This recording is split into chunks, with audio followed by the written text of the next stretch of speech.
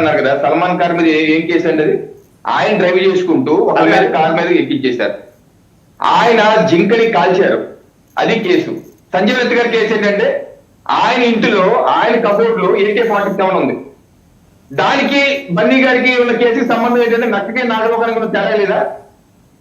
ఏం మాట్లాడుతున్నారు రేవంత్ రెడ్డి గారు? అలా మాట్లాడొచ్చురా? సో ఈ రకంగా డొల్లతనం, ఈ రకంగా డొల్లతనం ఏది చట్టాన్ని తన చేతుల్లో తీసుకుని అసలు ప్రొటెక్షన్ ఇవ్వాల్సింది ఏది మళ్ళీ అక్కడే దానిలో చెప్పారు మాకు పోలీసు సమాచారం ఇవ్వలేదని. అబద్ధం కదండి. ఈరోజు జడ్జి అన్నారు కదా, నేను అంటాం కాదు, మీరు అంటాం కాదు. 7 పేజీల జడ్జిమెంట్ పొద్దునే చదివాను, రాత్రి 10 గంటలకు అప్లోడ్ అయింది.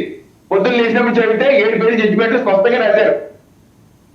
ఏం రాశారు? ఈ రకంగా తప్పుడు ఇది తప్పుడుగా కోర్టులో పోలీసులు దీనికి పర్మిషన్ తీసుకోలేదు అని తప్పుగా చెప్పారు.